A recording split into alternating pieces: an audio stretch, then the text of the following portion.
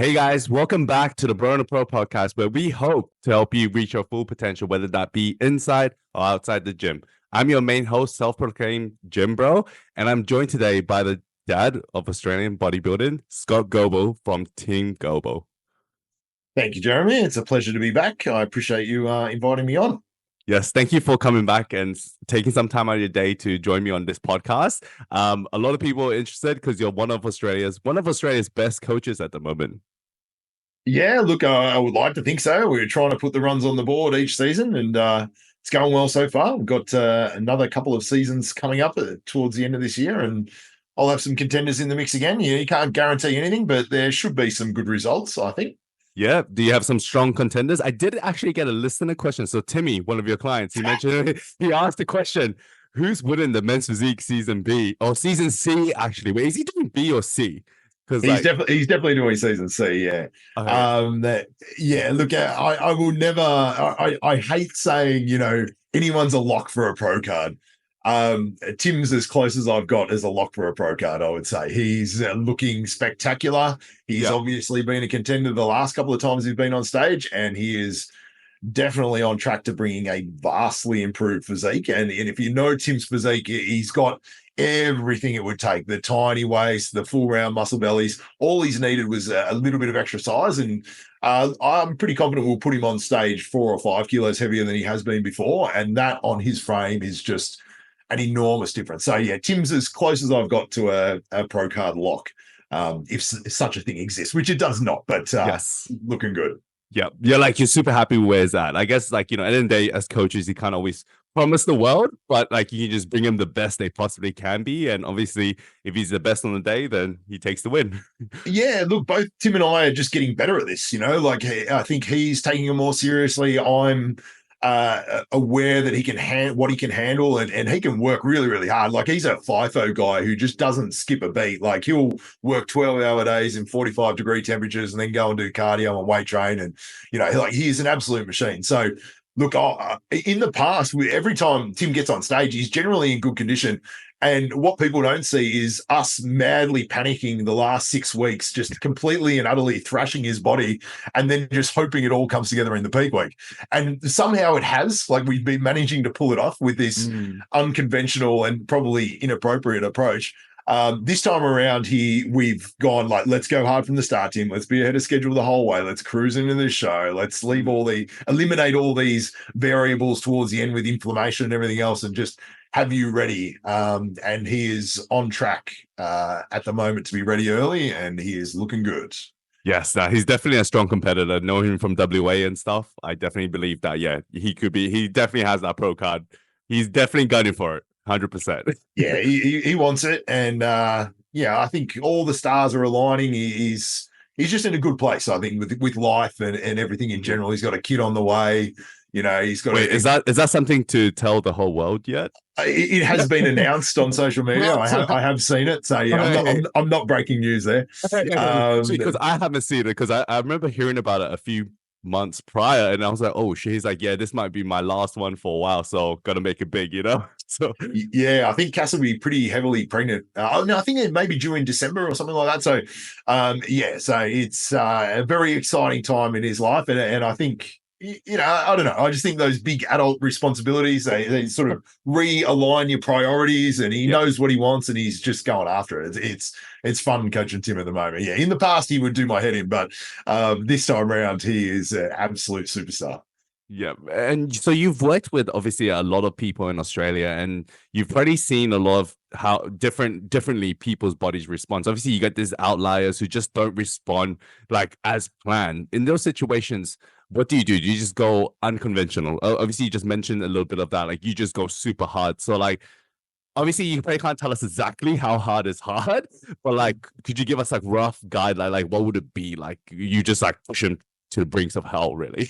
Yeah, look, Tim will do whatever it takes. The good thing about Tim is that he is very mentally strong and his body can handle a beating. Like he's just got Yes. a strong constitution and mentally strong. So he can push through fatigue and stuff like that. But yeah, look, in the past, we've had Tim doing just horrible things like, Yeah. 1,500 calorie days with 2 hours of cardio and Yeah. all that sort of stuff, like horrible stuff. Like you would look at it and you'd be like, oh, is this a bikini girl or something? No, this is a men's physique guy. He's stepping on stage, 80 kilos, heavily muscled. But that's because we messed up, to be honest. Like, not every prep goes perfectly. Yeah. And, if we've fallen behind due to external circumstances influencing results or just miscalculations on my part, which has been the case certainly with our first prep, and we've just been like, all right, this is what needs to be done in order to get that fat off in this space of time. Let's see if you can survive. And he survived. So, you just take an unconventional approach. Do what needs to be done. That is the motto. We do what needs to be done. That's what I love hearing. I think coming back from, obviously being in the industry so long, you would have seen the shifts in prep styles compared to like what it was back then. 10 years ago it would have been like 12-week preps. Nowadays it's 25, 30-week preps, and people are prepping for long extended period of time because they're obviously trying to prepare early on. But nowadays it's like, people don't see like, we used to get lean in 12 weeks. Like we'll go ham for 12 weeks. And then after that, we'll probably eat a bit too much food and get back like 10 kilos in 2 weeks, because there's no such thing as a reverse or recovery diet, as obviously nowadays. Yeah, very, very true. Like, and the reality is that, it's better now. It's better. Like, and there's reasons for why we've changed our approach. We understand that, fatigue is something that you need to address. Like, whereas, 10 years ago, it was just you run yourself into the ground and it is what it is. Like, just keep going. But now we realize that fatigue is the cause of the reduction in NEAT and the behavioral changes that reduce calorie expenditure. And if you're really, really tired, it's hard to burn a lot of calories. So if you can get on top of the tiredness, then you'll burn a lot more calories and it's easier to sustain fat loss. So, it's a smarter approach these days, and it's a lot better. I think the preps are, as a general rule of thumb, probably a little bit longer, but they're a little bit less arduous as well. Yep. Have you ever had, obviously, because you coach a lot of female athletes now, have you had the case where like, their just body isn't responding? So you're going to have to be like, okay, we're going to have to go just super ham and like, go super unconventional and do a shit ton of cardio. Have you had a lot of cases like that, or just like, random outliers? Yeah. Yeah, absolutely. I have. Yeah. And I've got people where you run the numbers and you're like, this should be working. Like you should be dropping, and you should be dropping really, really fast, but you're not. So we're going to have to do something and do something very, very different. So if that's the case, we just do what needs to be done again. So look, I've had clients in the past where they just don't seem to have the capacity to handle a great deal of work. Like they seem to have massive inflammatory responses and, a whole lot of fatigue. I've had clients in the past where it's sort of like, we can't do much more than 10,000 steps a day and an hour of cardio a week. Otherwise, there's just all this inflammation and fatigue that comes up. And I had one particular client like that, and she was a qualified nutritionist. And we were like, man, we're just going to have to do this all through calorie reduction. And she ended up on like horrendous calories. Like I'm talking 800 calories a day. And I was like, look, between you, a qualified nutritionist, and me, supposedly one of Australia's best bikini coaches, this is a situation we're in. You're on 800 calories a day. But it was like neither one of us could come up with an alternative. We did all the testing, like the thyroid testing and all this sort of stuff. It just seems to be her constitution just couldn't handle high output. And look, she got in great shape and she didn't suffer any negative repercussions. She bounced back fine. She retained her hormonal cycle up until about a month out. Like the reverse was fine. Like it just was what it was. Like, and it worked. Like got her in shape. So yeah, it is amazing the individual and genetic diversity you come across when you coach lots of people, and it's quite eye opening because I see people online when like people claim natty status and people are like, it's bullshit if you think that can be achieved naturally and all this sort of stuff. And I'm just sitting there going, I've seen clients that can do that naturally. Like there's just no doubt. Like there are genetic outliers. Like, it's sort of like saying, oh, there's no way you could be 7 foot tall unless you took growth hormone or something like that. No. There are people that grow to 7'6". Like it's amazing the diversity between individuals, and people think if it won't work for them, then it won't work for anyone. And that's just not the case. Great, great. That's so interesting. I think a lot of times people forget that. Like it's unexpected, especially genetic, cultural factors. So many like it's in your DNA. Like sometimes it's just like are you born with it or you're not? And like it's just working with what you're given, which is super important. So that brings me to that question. So like because you coach a lot of bikini athletes, do bikini athletes need to consider PEDs if they compete in the IFBB Pro League? Um, oh, they don't have to. Like, I mean, the way I look at it, I honestly believe that the majority could get to a point of development, certainly, where they've got the necessary muscle size to compete without PED use, and conditioning, but it will take longer. Like whereas if you took PEDs, you can get there faster. And most people are impatient, and most people would like to get there as quickly as possible. So it's very tempting to take PEDs, yes. But I mean, Jess Johnson, Laura Young, like these girls turn pro without it. They've got an abundance of muscle mass. If you were to look at their physiques and say, are they enhanced? Are they not? They're two of the more muscular girls, big cap delts, all the signs of androgen use, but completely natural. Like, I mean, Jess Johnson was a classic. We were trying to hold back her development so she would remain within the criteria as a natural athlete. So again, it comes down to your genetics as to not whether you need PEDs. I would argue that probably no one needs PED. Well, no, there's probably a small percentage of the population that do need PEDs, like to even get to that level of development. But I would think the majority of girls could get there naturally, but it might take them 7 years, 8 years of commitment as opposed to 2 years. Yeah. Like, who am I to judge? I mean, I use PEDs throughout my competing years, so I'm not anti it, but I still think, the best approach is use as little as you possibly can to get the desired results. And in many instances, that means using nothing. It really does. And so, like, hypothetically, obviously, a girl comes to you with the goal of winning their IFBB Pro League status, but they've never stepped foot in the gym. And they're like, you know what? I want to build up in 2 years' time and, compete and win that pro card. Like they're super focused. They're super like, they blend well with you. And you're like, okay, this person potentially could do that. Is that something possible? Or like, how would you approach this process? How would you be like, okay, well, we got 2 years. You're going to need more time than that because you haven't trained before. Yeah. So, I mean, the first, we wouldn't know the answer to that until we got started. So like Laura Young turned pro within 2 years of starting training. She did as a natural athlete. 2 years of training? 2 years of training. Crazy, yeah. She reached out in I think it was 2021 COVID lockdown or something like that. Said I've started training in my boyfriend's garage. I'm bored. I'm thinking about doing a show in the future. Can you help me? Yes. Okay. 12 months later, she's on stage winning her open class at nationals and losing the overall. 6 months later, she's turning pro. So she is the exception to most rules when it comes to bodybuilding and timelines and things like that. So if I did have a client come to me and say, I don't have any experience with competing, minimal experience with training, but I'm 100% committed and want to turn pro in 2 years, I'd be like, great, let's see what we can do. Goal number one is win first timers at the Victorian show. Like I like to break things down. And if someone tells me they want to be Miss Olympia, I'm like, cool, let's win the novice state title first. Yeah.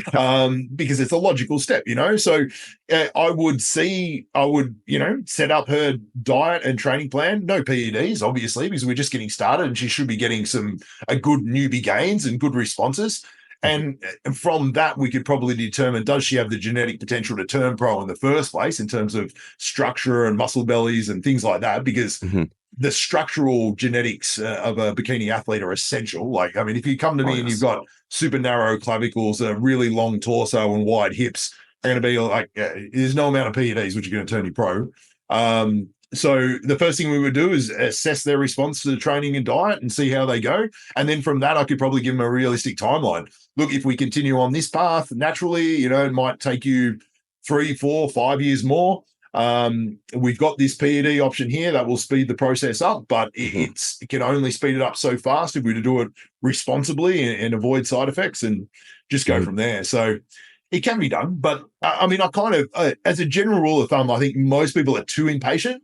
And when clients tell me, I love this, I want to do this forever, I want to be pro, rah, rah, and they're like 21 years old, I'm like, what's the rush?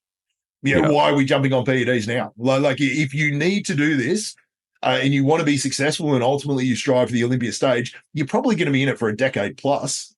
Mhm. So why are we jumping on PED 6 months in? Like, let's try and get, close to your natural potential. Let's try and learn as much as we can about training and Yeah. nutrition so that when we do jump on the PEDs, we can yield the maximum response. Because Mhm. if you take PEDs the moment you walk in the gym, you've kind of forfeited all those newbie natural gains, and you probably 100%. you probably don't have the foundational principles of just good hard training in place and everything else. So yeah, Yeah. I mean, I do have girls approach me and say I've never competed, I've hardly trained, and I want to be Miss Olympia. But yeah, I would normally like, all right, we That just must be in your start. DMs like every day. It's Oh like, yeah, but yeah, we just start at the beginning like everyone else, and we go from there. yeah, it's just like put in the work in what you can do and just improve one step at a time. It's not like you can just jump straight to the top, like unless you're like a genetic god and you just have muscle without even trying.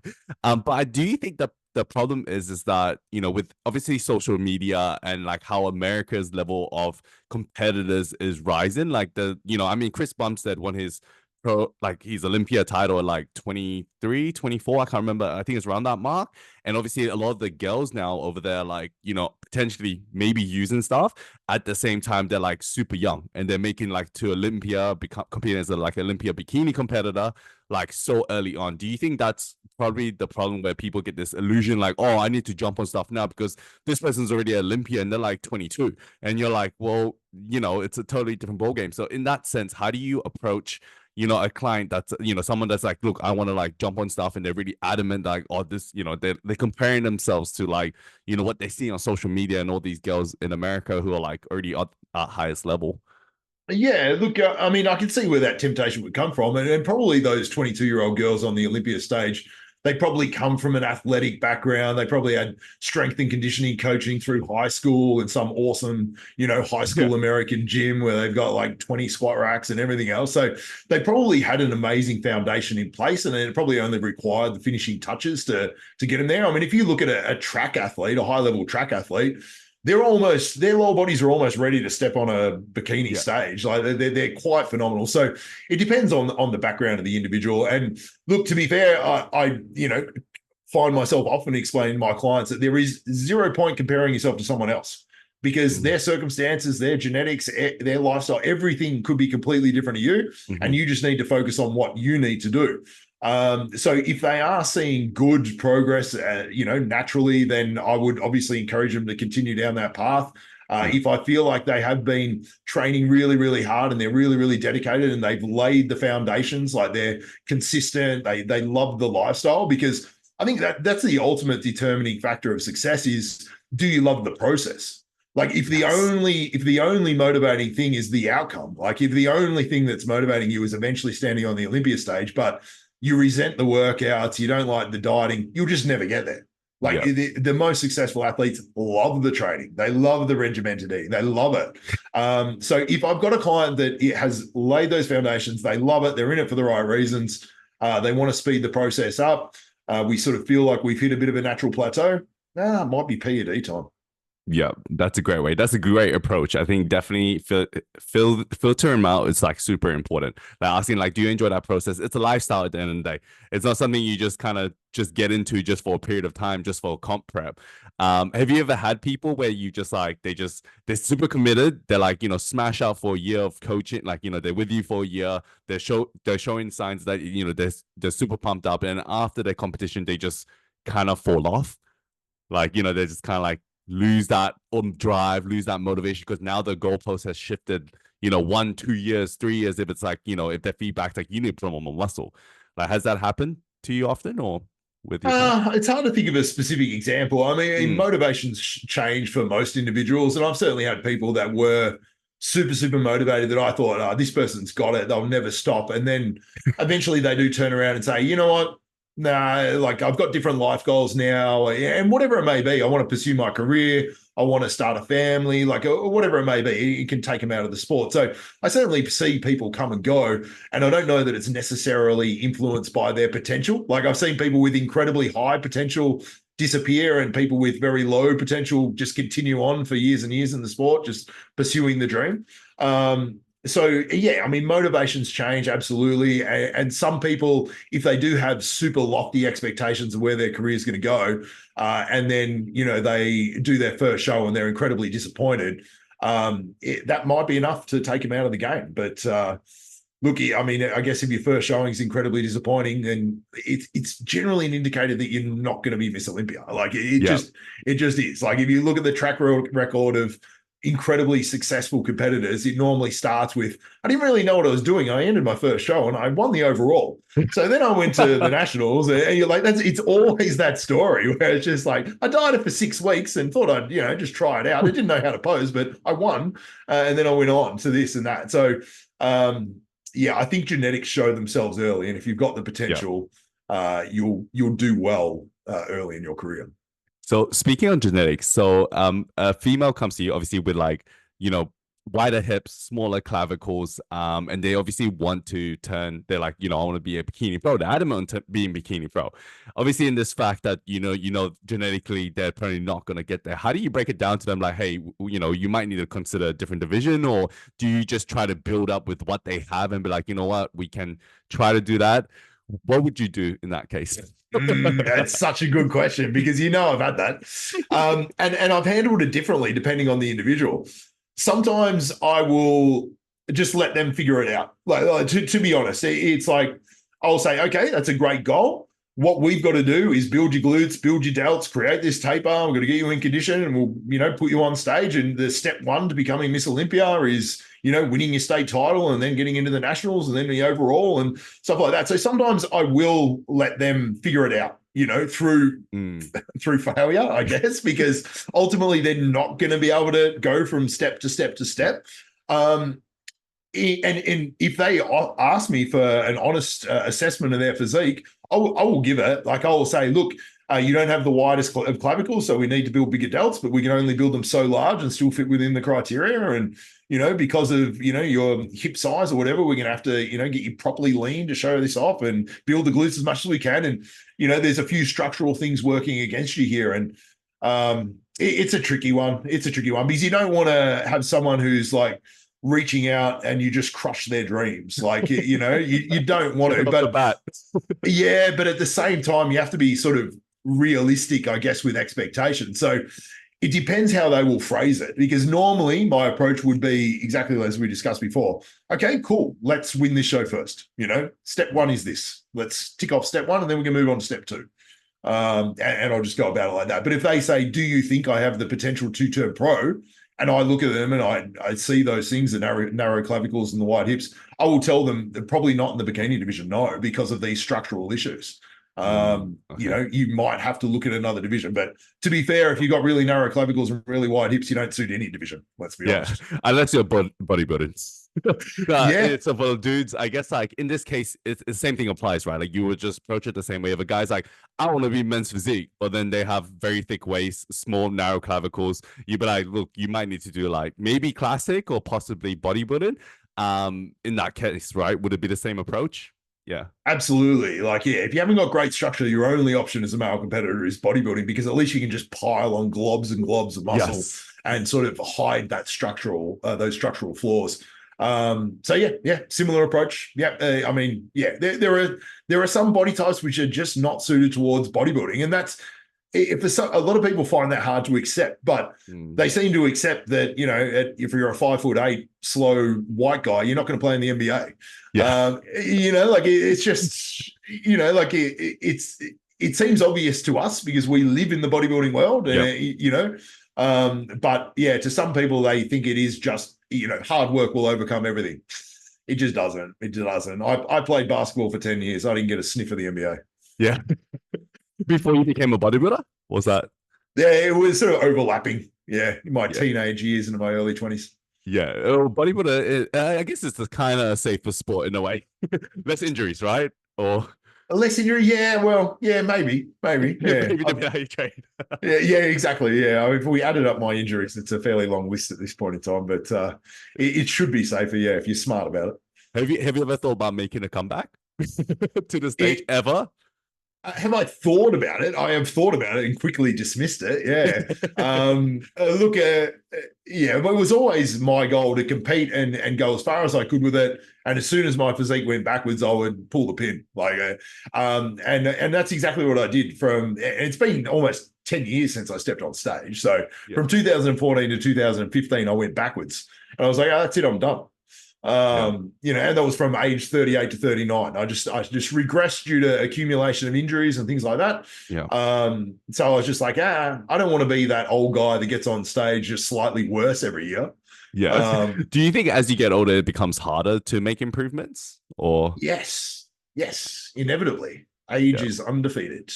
So yeah, it does. And most of it's just cumulative wear and tear. But I mean, there's other things like it is known that like you do not fire as many motor units in your lower body. Like there is sort of a neurological sort of decline or neuromuscular decline where you just cannot fire motor units and recruit as much muscle fiber in your lower body. That's why you see the lower bodies go first. It's probably an accumulation of that nerve issue as well as just old man knees and stuff like that. Like it's just how it just works. Wear and tear. Yeah, it's just like those niggles that you thought you would never get, and all of a sudden they just start popping out like elbows, knees, shoulders, and you're like, shit, what's happening? I'm pretty sure I'm doing these right, but it's just like the amount of weight you're lifting and just being able to do that consistently, it becomes super hard. It does. Yeah. So, I mean, there's a reason why you're not seeing, 45, 50-year-old Mr. Olympias. Like you've got your outliers. Yeah, Dexter, who probably won it around, what was he, 2008 he won that. So he was probably still in his late 30s then, but he managed to compete till his late 40s and still do incredibly well. Yeah, I mean, if you want to talk genetic outliers, look at Ron Coleman and Dexter Jackson, That is true. I mean, Kevin LeBron tried to make a comeback, and then he put on all that size again, which was kind of crazy. And I remember like thinking back when I remember researching him, and then people said that he only trained for like 4 months of the year, like 4 to 5 months just before a show, and he would take off the rest of the year just to spend time with family and friends and do all these things. And he only trained 4 or 5 months and come back better each time. And you're just like, man, that's kind of crazy. Like, imagine if he kept training. Oh, absolutely, yeah. But I mean, Kevin put all that size back on his upper body. His legs were well behind. That's why I was going to say that, because I was like, you mentioned about the motor unit recruitment and how it's less as you get older, and I was like, that's a great example of it, because he put on all that size in upper body. Because I remember when he took off his shirt at the was it the conference, or where they were like doing the interviews, and I love watching the interviews at Olympia, because the shit talk that happens, I just love it, right? And I remember him just taking off his shirt. I was like, shit, this guy put on back all his size. And then I was like, I thought he was going to be like super good, and then when he took off the trackies and everything, you're like, oh yeah, now you can see the difference. Like he's definitely lost some size, like especially in his legs. Yeah, 100%. I remember that clearly as well, because he posed next to Josh, and I remember looking at it and just thinking, oh shit, he might beat Josh. And just thinking, this is terrible. Like, and this old guy beat Josh, But then Josh smoked him on the day. Yeah, Josh smoked him. He did amazing. So going back to the question, so like you had 2 girls in the overall bikini lineup in season A. Did you think it was a fair decision? Yes, absolutely. Mel Fletcher was just fucking outstanding. Like she was phenomenal, absolutely phenomenal. You could argue that my best competitor was Katie Stones. Yes, because she competed in WA as well. She went around to all the shows in Australia. Like the one show she didn't do was WA. Actually, like she won. She won the Melbourne overall, the Queensland overall, and the Adelaide overall. And the only one she lost was where she came second to Mel Fletcher in Sydney.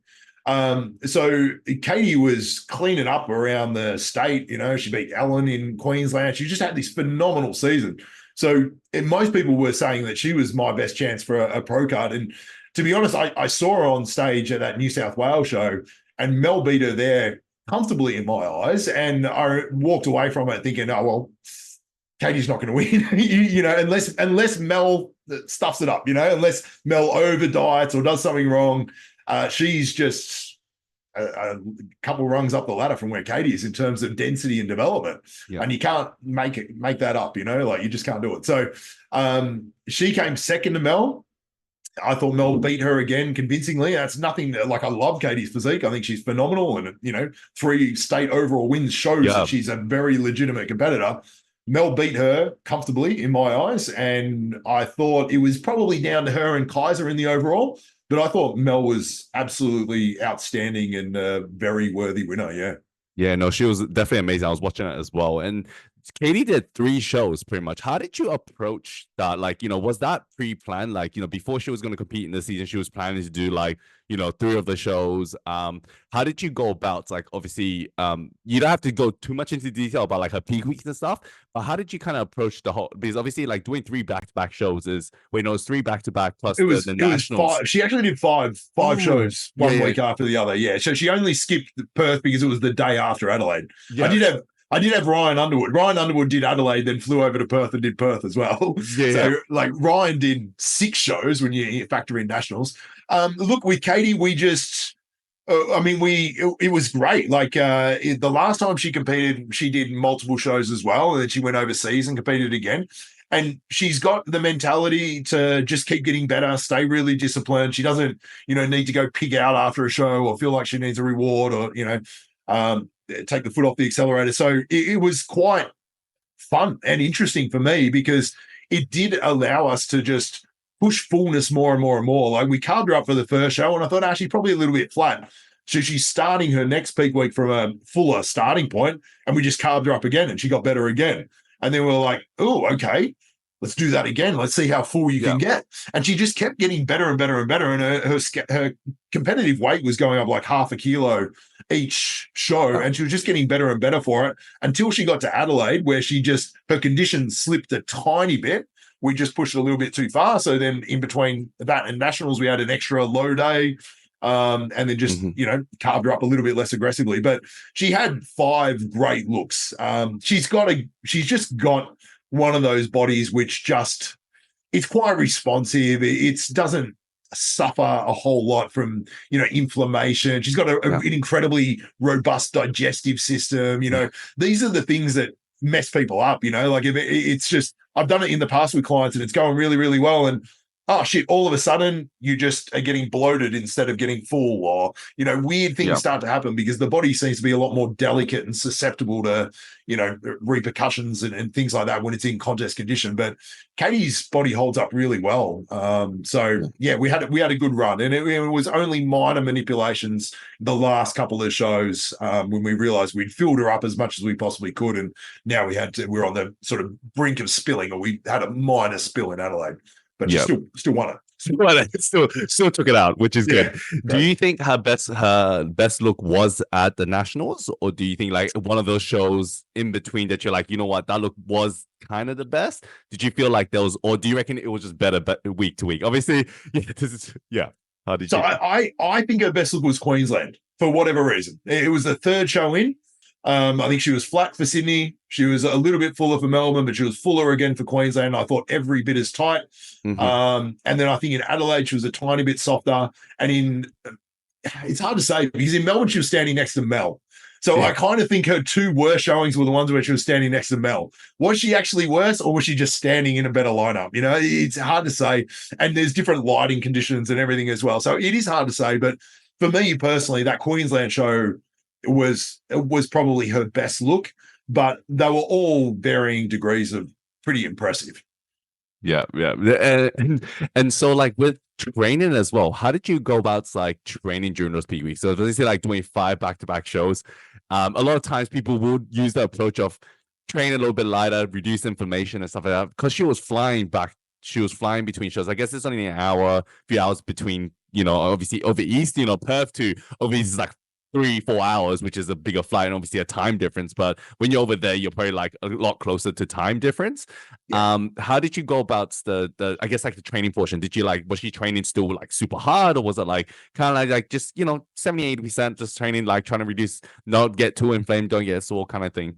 Yeah, it was generally she'd have 2 hardish workouts, 80 to 90% workouts at the start of the week, and then 2 easy workouts at the end of the week. That was sort of the formula, but I think we did back off a little bit more towards the end there. I remember, pulling up sore from posing and stuff like that, and we'd be like, all right, you're going pretty light tomorrow and stuff like that. So she was not training at full capacity by any means, and obviously when she was carving up the workouts was super, super light, close to the show.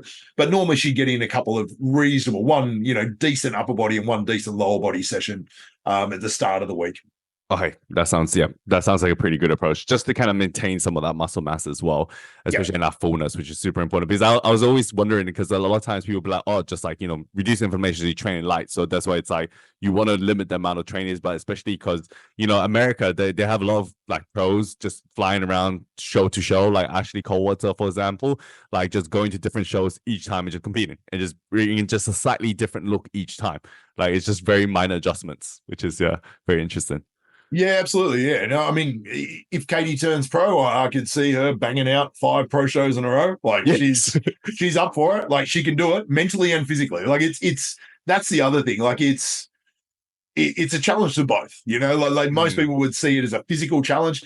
Oh, it's mentally taxing. Like it's really, really hard to just keep getting back up there and just repeating the process and just depleting down and calm. Like it was arduous. I know by the end of it, she was over it. And Ryan, who I don't know if you know, 6 shows. Yeah, he did all 6 shows. Yeah, bodybuilding. Yeah. He did classic and bodybuilding in most of them. Yeah. He loves bodybuilding more than anyone I know. And at the start, he was like, I can't wait. This is awesome. I'm going to do a different routine at every single one. And then by, sort of Adelaide, he's just like, oh, I'll make it end, like I've been off more than I can chew, but he still saw it out. He took out the overall bodybuilding in WA and, he had a great season, but even for him, like a guy who, I wouldn't say he does it easy. He suffers like everyone, but he diets on 400 grams of carbs and he carbs up on 1,000 grams of carbs. Like he's one of those guys. Without much muscle. I think you have to. Yeah. So yeah, he theoretically does it easy, but even he found it very, very difficult. That's very interesting because I was like, the approach, obviously, having the girls compete and then the guys compete, with a lot more muscle mass, it's even more riskier because you might like come in flatter and so much more noticeable, especially on a guy that has a shit ton of muscle, right? So like, trying to peak that must have been pretty hard, like each time. Ryan's looks were more varied than Katie's, yeah, like a little bit less predictable, yeah. So we had, I think his Queensland showing wasn't his best. Like he would just, I don't know if he spilled or it was just it had taken a toll. Like I remember he was doing like Ryan's a lunatic. Like he would, I think after the Queensland show, because he competed in the morning, I think he flew home and then trained legs, but he can't. Ryan's got a problem with training light. So he destroyed himself, like absolutely destroyed himself with his leg workout after competing. And I remember the next, like the Wednesday, like he competed on a Sunday and that Wednesday he was still like had cankles and all this fluid in his lower body and all this sort of stuff. And we we're like, oh my God, what are we going to do this big week? But it just dissipated. Like he just went too hard. So I think that was his issue. I think, yeah, I don't think Ryan knows when to pull back. I think Katie's probably a little bit better. Which is not a bad thing. Good and bad, because sometimes you're like, dude, you can't do that. And he's like, but I can't not do that. Exactly right. Yeah. So, yeah, it was fun. See, and is Katie looking to compete in the future? Like take some time off, or season C is the goal? Season A next year? What is it? She's definitely not doing season C. She'll decide. She'll probably be doing season A next year, I imagine. We've had some preliminary discussions, but for now, she's just trying to, rekindle the love. I think.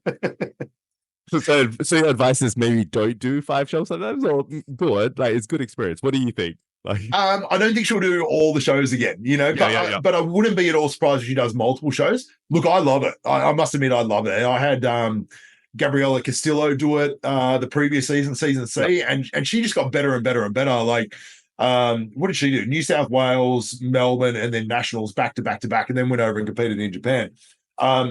She absolutely got better at every show, and it was really good because it was the first season we'd ever worked together, and it allowed me to sort of, play around and figure some things out and see what it took. And like, I do like doing multiple shows, and I feel like if you're in shape and you've got the finances and everything to do it, that it's probably a good idea for you and the coach to have a couple of cracks at it. Yeah, I think it's super important to stick with your coach as well. Like the amount of times you learn from him, especially like even talking about Timmy and like Katie and Ryan, like working with yourself, it's like you learn what works best and what doesn't. It's like maybe we need to be more aggressive at the beginning of a prep compared to like, trying to push it towards the end, or like you're like, okay, this is what we did last time and it kind of didn't really work. So we just need to tweak things up, because there is no like perfect plan, right? Like it's just week to week, day to day. What can we do a little bit better and figure it out from there? Yeah, 100%. And it's definitely the case with Tim, because, with Tim, we always push so hard towards the finish line, and then we try and carb him up in the peak week. But there's a limit to how much you can carb him up, just due to digestion and just like the actual, laws of physiology of how much glycogen can you store in like a couple of days. And then we'd always look at him, 3 weeks after the show, he's like 7 kilos heavier, but he looks like he's got to drop about 2 kilos to be in contest shape. And we're like, you were flat again. Shit. This time, like, he's super keen for it. Like he's on board. I've emphasized it from the start. You have to be ready early so we can fill you up properly. Like it's going to take more than a carb up in peak week to get you full. And it does for any guy. Like if you're a large male competitor, and in many cases, females as well. Even I've got bikini clients like this as well, where you just literally cannot carb them up for the first time in peak week. Like you have to come in with a level of fullness in order to reach maximum sort of glycogen storage. So, I don't know that you should be starting that peak week fully depleted and then do 0 carb days and all this sort of stuff in order to ready yourself for it. That doesn't work as a general rule. And what if they are like, they just make it on time? So in those cases, you have no other choice but to be like, all right, we just got to do what we got given. And like, this is the situation. This is how we're going to approach it. 100%. Body fat is the ultimate determining factor of whether you're going to be in condition or not. So if you are pushing it to the finish line to get that last bit of body fat off, you probably just have to accept that you're going to compete a little bit flatter, but it's the better alternative than being bursting full and fat. So yeah, love that. So so I got another question. So what qualities do you find in a client that will help him turn pro? Like, what are the qualities that you look for? We did talk about this just before the podcast. You did mention that you sometimes do turn away people. Is that correct? Yeah, I do turn away people. I mean, that's just the reality of my business, is that I can only handle so many clients and provide a decent level of service. And I pride myself on giving a good level of service to everyone. So if I take on too many, I'm going to drop the ball. I've pushed my limits in the past and had, 30 people competing in a season, and it's very, very hard to stay on top of things.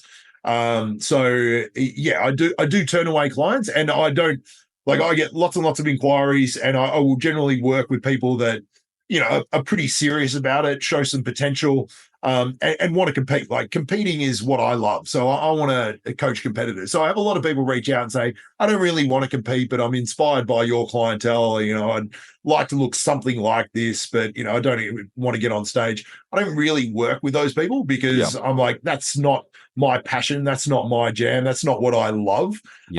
So I do turn them away. In terms of the original question with the ultimate determining factor of success, it is the love of the process. Like if you don't enjoy the bodybuilding lifestyle, you're probably not going to be successful at bodybuilding, because to achieve any semblance of real success, like turning pro, competing in the pro circuit, it's going to take years and years and years. And you can't just fake your way through that. Like you can't, you have to enjoy it if you're to sustain it. So it's the love of the lifestyle and the genetics. They're by far the two biggest factors. Yeah, genetics and just loving the process, which is super important. Yes, 100%. See, and that brings me to my next question. So you've got some amazing clients. Is it their work ethic the same on season and off season? So let's say, for example, obviously you got comp prep where they're like 100%. Do you think having the off season where they're like, recovery phase, we'll call it like the recovery reverse, like, do they need to be perfect to be like showing signs of, okay, this is going to be a great athlete? Again, it probably comes down to their psychological makeup. I've got some clients which can be damn near perfect year round. They don't burn out because they love it. Like that's how they want to live. That's how they'd be living anyway. Laura Young is the best example of that. When we started working together, she just has no food issues whatsoever. Her relationship with food is sound. It is sound right up until comp day, and it's sound the day after the comp, which is she's a unicorn. Like it's just an anomaly. Like we all get messed up when it comes to the relationship with food in the contest prep, because we place that much importance on it, and a completely unbalanced amount of importance on the food we're ingesting, that it has to distort your views of it. But not Laura for some reason. Like, she just comes out of it and she's just like, post show, what's her reverse? Just eat to feel good, Laura. Okay, cool. And she goes away and it'll be a perfect reverse, because she will listen to biofeedback. She will eat according to physiological cues only, because there's no disturbance. There's no eating for emotions, eating for boredom, eating for anything. She eats to feel good. Like, she doesn't like feeling overly full because it leaves her feeling lethargic and sluggish. So she never overeats. And she wants to have good, consistent energy levels. So she eats mostly whole foods. Like, she's an anomaly. So she is on most of the time. For the majority of people, that's just not appropriate. And they've got other psychological needs that need to be fulfilled, whether that's eating with family, going out socially, eating with friends, all that sort of stuff. So yeah, I give them more leeway, because we need to sustain this for years and years and years to be really, really successful. And while we might be able to argue that you'll be 2% better, 5% better, whatever, if you are 100% on plan year round, if you're going to burn out after 18 months or 2 years and end up resenting the process that much that you don't want to have a part of it, you're not going to be successful. So it's finding a balance with each individual client as to how hard you can push them and how strict they can be year round, because it's just not realistic for most people. If they're to stay in the game for a long period of time, they need to just, take the foot off the accelerator every now and then and enjoy life and be a somewhat normal person, and, be able to have, a birthday dinner with their child, or, whatever it may be, without feeling like they're going off plan and disappointing the coach or not following coach's orders. Yeah. Do you think that a lot of the problem, like, it's like they almost feel like they have to be 100% sometimes, and you almost have to teach them, be like, look, you need to go, like, relax and find some balance, go spend time with family, friends, these are important things, but don't eat crazy, like, just kind of be smart with how you eat, and obviously listening to your physiological cues, as you mentioned before. So, like, do you think that someone that is 100%, someone that's very good, obviously Laura Young being the unicorn, like she does it perfectly, the other people who maybe, like, may lose some control, maybe 1 week gain like a few kilos, and maybe some dudes might gain like 3 or 4 kilos, but they feel fine. Like, the relationship's like, yeah, I feel good. And then they just start the reverse straight away, or they just start, like, slowly adding some free meals here and there. Like, do you think, which approach would, like, do you think they both result in good results at the end of the day? Like, they both are going to progress? Or do you think, like, one is better than the other? Like, being perfect is going to be better, or finding balance in your lifestyle is going to be better? Being perfect will be better from a physiological perspective, but whether it marries up with your psychological approach is another thing. So it's dependent on the person. Like, if I've got people which have kind of a fear of gaining weight, I will reverse them out of the show slower, because I know it's going to take time for them to become accustomed to this new body and see their hard work kind of, disappear and all that sort of stuff. But if I've got a client who's got really, really good body image, I will reverse them faster, or I'll let them put on weight quite quickly. And the reality is, a lot of what people are fighting is the very thing that gets them the relief. Like, they're fighting the weight gain, but they need to put on a certain amount of weight in order to reestablish normal hunger cues and reach homeostasis, and to have those cravings disappear and all that sort of stuff. Like, the key to them actually being able to get back on plan is putting on the weight, the very thing that they fear.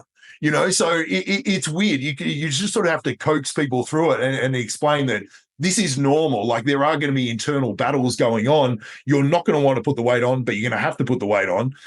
You're going to hate seeing all your hard work go away, but you need that to go away so that we can build, new muscle and present a different physique year round. So again, it's a different approach for different people, depending on what they consider to be the most important thing. Is it holding on to condition? Is it building new muscle? Is it being able to eat socially? Like, you just got to balance it out and sort of marry up all these different factors and find an approach which is right for the individual. And even then, more often than not, the reverses don't go as planned. Yes. like regardless of who you're working with, experienced competitor, first time competitor, more often than not, they gain weight faster than what they would anticipate and what you would anticipate. And in the end, it rarely matters. It doesn't. Like, I mean, if we're talking massive blowouts, yes. Yeah. This is a problem. If you put on, if you're 20% over stage weight 4 weeks after the show, like if you competed at 50 kilos, you're 60 kilos 4 weeks after the show, we've got an issue. But if you're 10% up in stage weight 4 weeks after the show, we haven't got an issue. You're doing just fine. So if someone puts on 10 kilos, let's say in 4 weeks, how would you approach that process? We'd be like, hey, we need to start the reverse now, or just how would you get them to get back on track? They're like, I want to keep going. I want to fix this problem that I've just put myself in. How would you approach that? Yeah, I mean, that's a tricky one. It is a case of we need to get back on a plan, but clearly, all of my clients have a plan. Coming out of the show, they're given a plan of sorts, whether that's a food plan or macro targets or whatever, they're given something. So clearly they haven't followed the plan if they're 10 kilos up 4 weeks post-show. So then it's a case of what's a realistic plan here?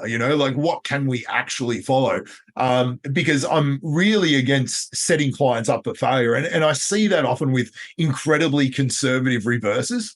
And it's probably something I've addressed with my coaches as well, is that they're too conservative. It's like you finish the comp on 1,300 calories. All right, first week post-show, we're going to go up to 1,450. It's like, nah. Let's at least go to 1,900 or something, they're on 2,400 in the off season. I'm sure they can handle it. So I think coming up with a realistic plan that the client can execute, and then they don't have the additional guilt on top of not being able to follow it. I think that's a huge thing to manage, is that if things do go wrong, not only are they feeling bad physically, they're feeling worse psychologically because they know they are failing. So I give them something that they can succeed at. And I always emphasize the focus should now shift from body composition, scale weight to performance. We're not getting our gratification, the joy, all that sort of stuff. It's not coming from seeing that scale weight go down. It's not coming from seeing new lines appear in your physique. That's just not going to happen.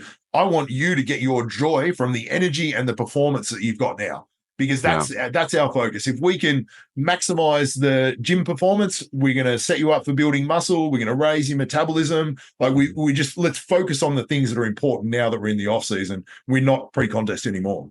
Yeah, love that. That's a great approach. I definitely feel like I relate to that. I think it's just about finding that sort of balance. What can we do? Let's focus on, quality training. Let's just, use that extra calories and now use this time to grow, which is a great way to stop looking at just food focus and be like, oh, I need to eat this many foods and start weighing out stuff. Just eat, listen to your hunger and satiety cues. And I think those are some internal cues people forget or they neglect.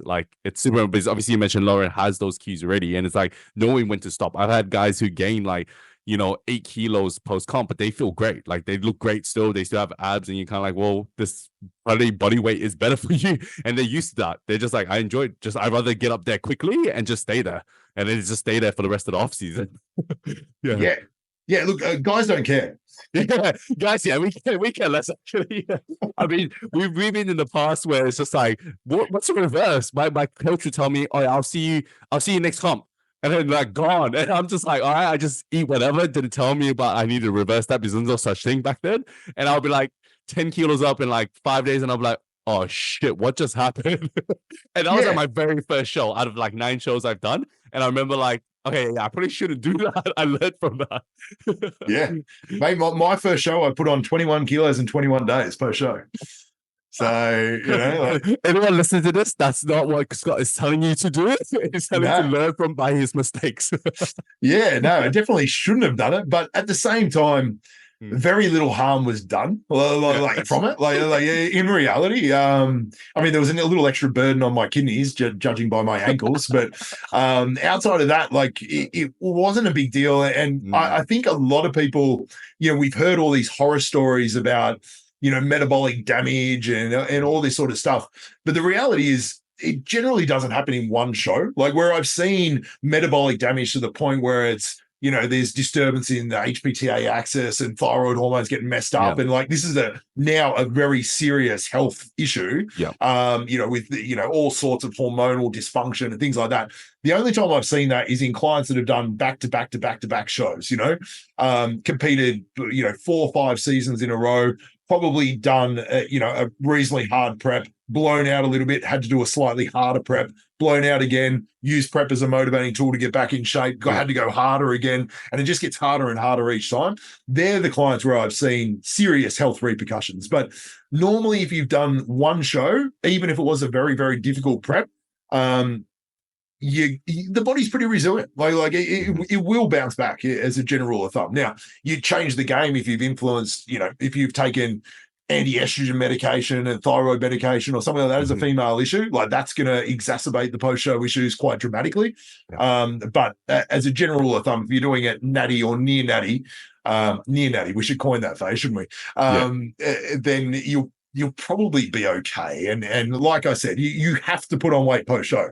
Like, why are we fighting it? Like, let's just get on 4 or 5 kilos so you feel better. If it was up to me, I would quickly get them to 10% over stage weight. And then from there, it will be a very, very, very slow climb to 15% over stage weight. And that's generally how my off seasons are structured. Like we build you to 15 to 20% over stage weight.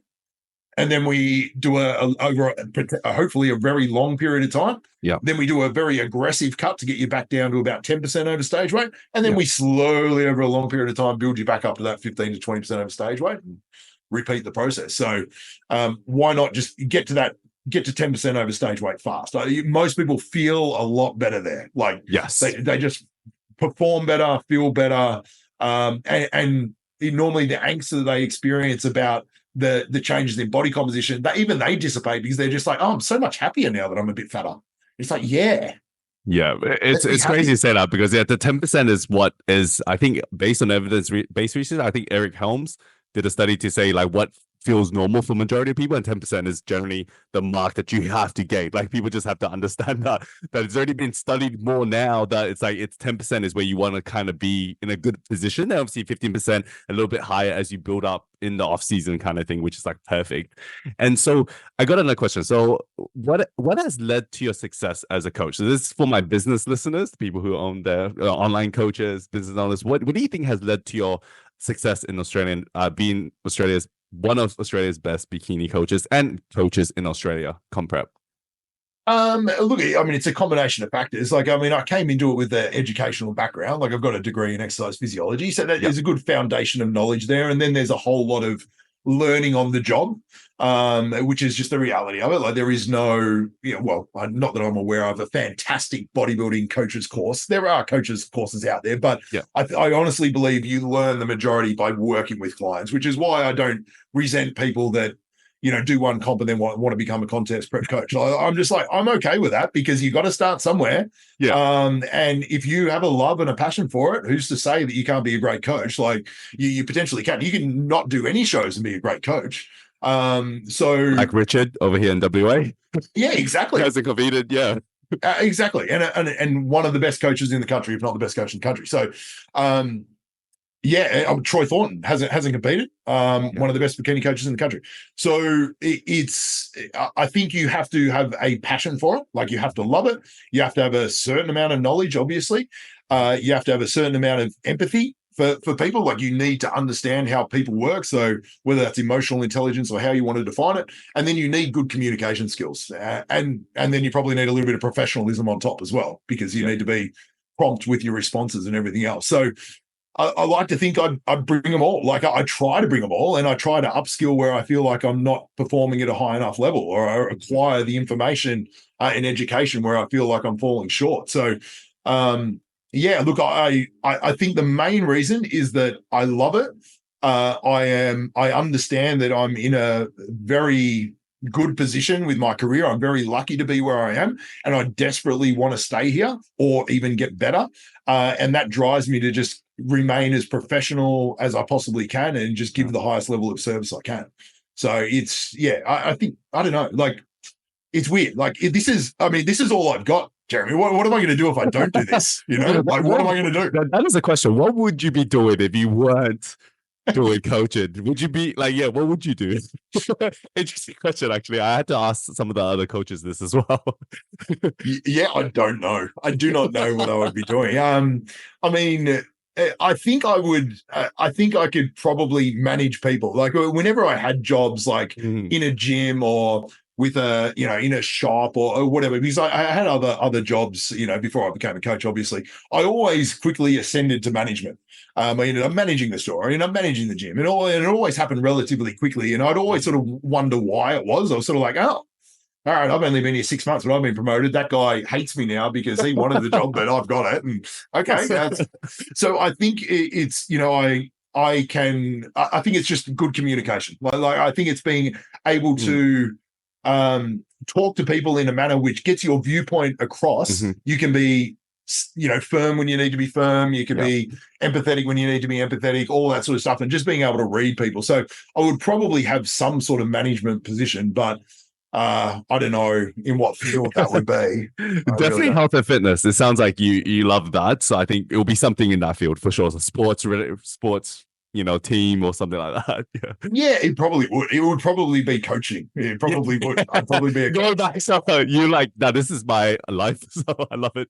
I would probably aspire to be Richard. Like do some strength and conditioning for like a sports team. Athletes. Like diversify athletes, just have a handful of competitors on the side or something. But I'm probably breaking the rules of the question with that answer. But yeah, just more diverse coaching, maybe. I don't know. Yeah. Easy. So we're gonna finish off. So last question I have for you is, what's your one piece of advice you have for athletes? If you just have one piece of advice to give any athletes listening to this podcast right now, what would you give them?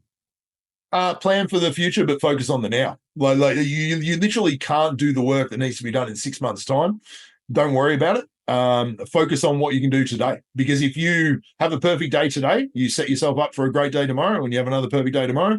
Before you know it, you'll have a perfect week, and that'll string into perfect months. And before you know it, a year will have passed, and you'll have got these great results. So I think all of my most successful clients are they don't allow themselves to get stressed out and anxious about what the future will bring. They just focus on doing the best in the moment. And if they do that all the time, you get great results. You really do. And the other one that I most commonly repeat is, focus on the process. If you've got good process, the outcome takes care of itself. So stop stressing so much about comp day when you're 3 months out, Yeah. And I guess you get lucky at the end of the day, right? So as you keep getting better and better each show, you just keep focusing on the process, enjoying the lifestyle, enjoying the sport. You just get luckier. That's what the saying goes. Like kind of how you mentioned that you feel like you're lucky with how well your business is doing, but you put in the work. You just kept focusing on what you could do for every single client. And, you can see this. Like, I can see this. Everyone else can. And that's the reason why you're probably so busy and you're booked out, because people can see that love that you have for the sport, which is like definitely there. So yeah, well, thank you. Yeah, no, I do love it, and you're absolutely right. You make your own luck. So yeah, work hard and just what's the saying? You can if you just put one foot after the other, if you keep heading in the right direction, eventually you get to your destination. But if you stop, you never ever get there. So just keep moving forward, and eventually you'll get there. Yeah, love that. Thank you so much, Scott. So where can the listeners find you? Go through the Team Goble Instagram page. Do not message me directly. No, I'm just joking. Look, the Team Goble page is far more professional and responsive than my own personal page, to be honest. And this is one of those things, identifying your weaknesses. I'm weak on social media. I understand this. I employ someone to do this for me, and she does a far better job than I ever will. And she's booked me for some filming next week so I can generate some content for you. And she has given me my instructions, and I'm going to execute my orders. Yeah, she Victoria Petnos actually runs Team Goble, in case you're wondering. So reach out to her and she'll sort it out. Sweet. I'll make sure to tag you in obviously all our posts and stuff like that. So make sure to send Scott a message if you're interested in asking more questions. And I think he's filming content next week. So if you guys do not hear this, either way, still send him a message. I'm sure he's happy to answer them. If you are like in a position that you're looking to compete, he's definitely the one to go to. So once again, thank you so much, Scott, for jumping on this podcast, spending some time today. And the listeners, if you enjoyed this podcast, please share it with your friends and family. And if you find any value, please, let us know what value you found and how we can help you better. So once again, thank you so much, Scott. No, thank you for having me on. I appreciate it. This is Jeremy So, self-proclaimed Gym Bro, signing out. Thank you.